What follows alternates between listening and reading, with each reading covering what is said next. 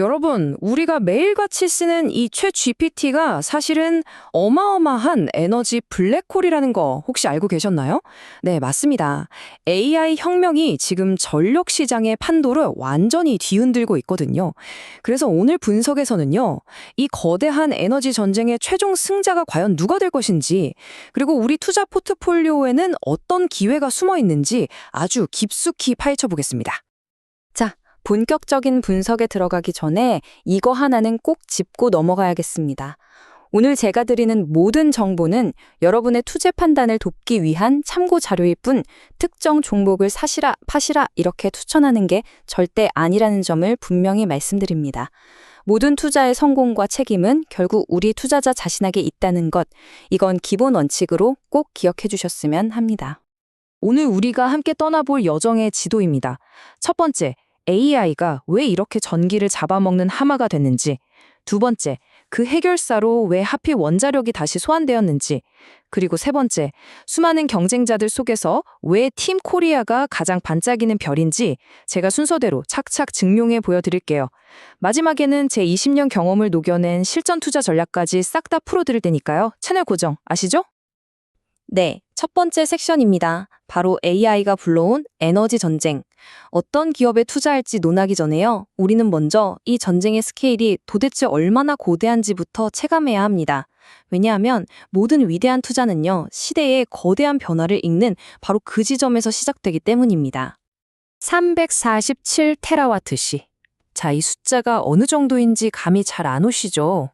이건요, 네덜란드나 아르헨티나 같은 웬만한 나라 하나가 1년 내내 쓰는 전력량을 그냥 훌쩍 뛰어넘는 그야말로 천문학적인 양입니다. 우리가 AI에 질문 하나 던지고 답을 얻는 그 정말 찰나의 순간에 지구 반대편 데이터 센터에서는 원자력 발전소 터빈이 말 그대로 미친 듯이 돌고 있다는 뜻이에요.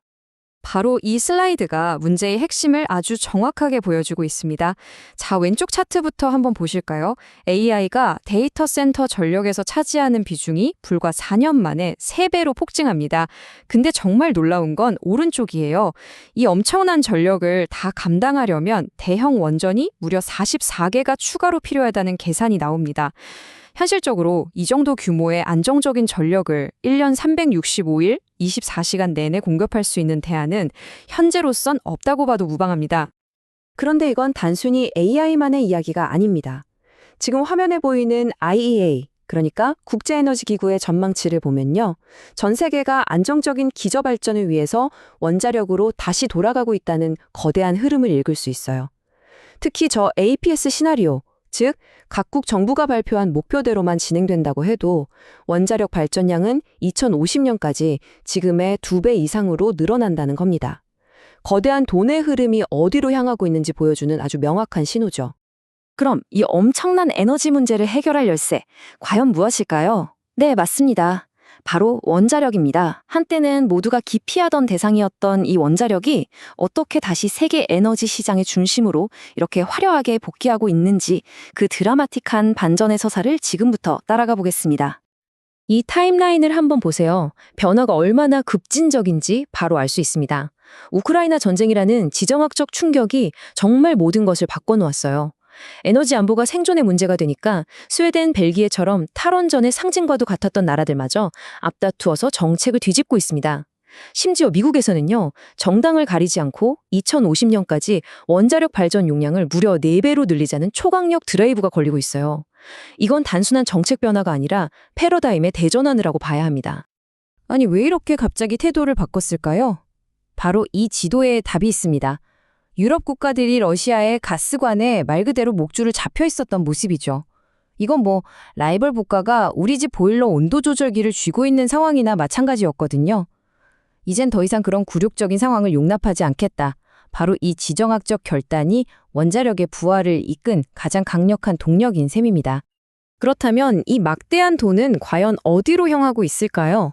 이 차트가 아주 명확한 답을 줍니다. 흔히들 차세대 기술로 주목하는 SMR, 즉 소형 모듈 원자로에 대한 투자도 물론 26%나 되지만요. 진짜 큰 돈은 전체의 3분의 2인 67%가 이미 검증된 대형 원전 건설에 집중되고 있습니다. 이게 뭘 의미하냐면요. 시장은 당장 AI 데이터 센터에 막대한 전력을 안정적으로 공급할 수 있는 가장 확실하고 안전한 카드에 베팅하고 있다는 뜻입니다. 자, 이제 오늘의 진짜 핵심으로 들어갑니다. 전 세계가 원전을 짓겠다고 이렇게 아우성인데, 과연 이 수십조 원짜리 초거대 프로젝트를 약속대로 완수할 수 있는 나라는 어딜까요? 바로 이 질문. 이 질문이 오늘 분석의 가장 중요한 포인트이자 우리의 투자 아이디어가 시작되는 바로 그 지점입니다. 그리고 그에 대한 거의 유일무이한 답으로 우리는 팀 코리아를 주목해야만 합니다. 오늘 제가 보여드리는 모든 슬라이드 중에서 딱 하나만 기억하셔야 한다면 바로 이 장표입니다. 제 20년 경험상 이런 초대형 프로젝트에서는요, 화려한 기술보다 예측 가능성이 모든 것을 결정합니다. 이 차트 좀 보세요.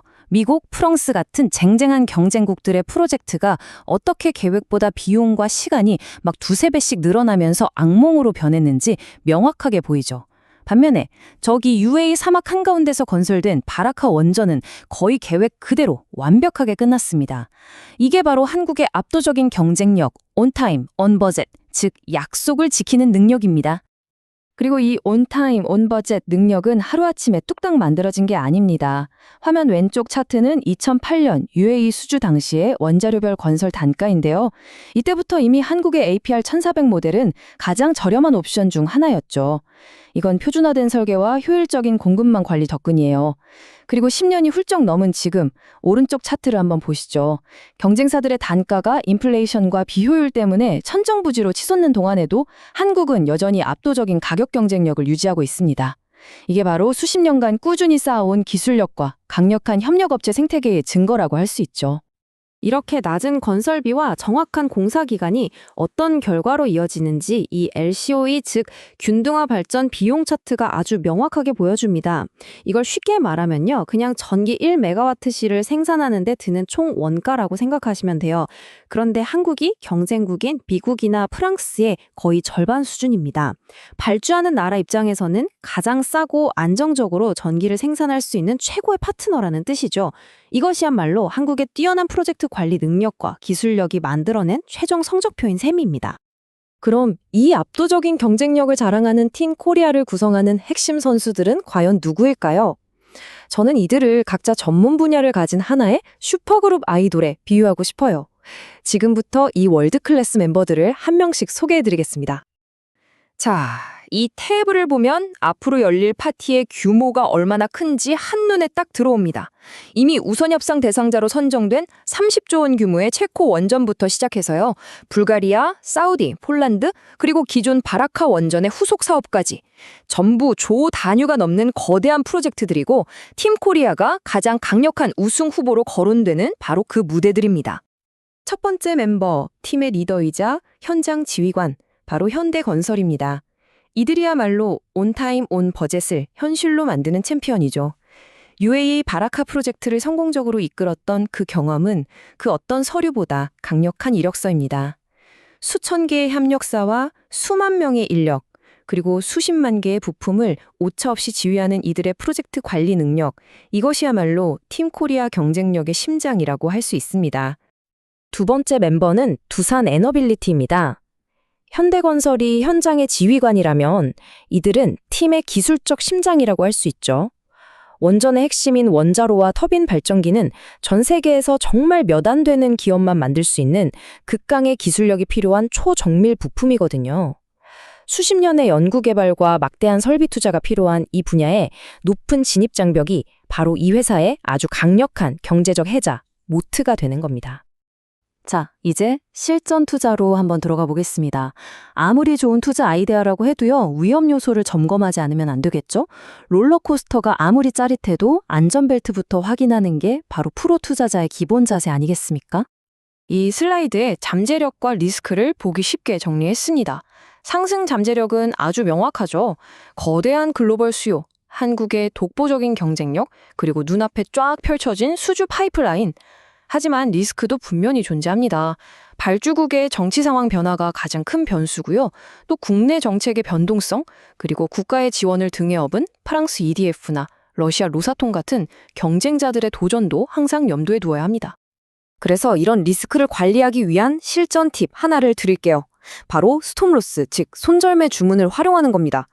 이건 주가가 내 예상과 다르게 움직일 때 더 큰 손실을 막아주는 투자자의 가장 중요한 안전벨트와 같아요. 내가 감당할 수 있는 손실 범위를 미리 정해두고 감정이 아니라 시스템이 리스크를 관리하게 만드는 아주 현명한 장치죠.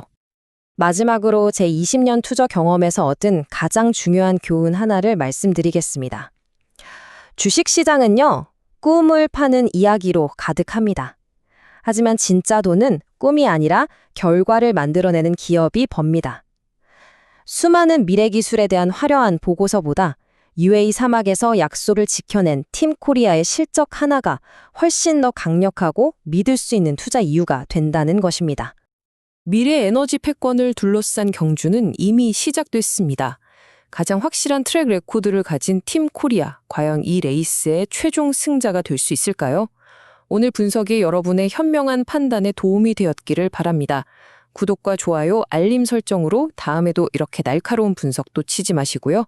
이상 주식으로 세상 이해하기였습니다.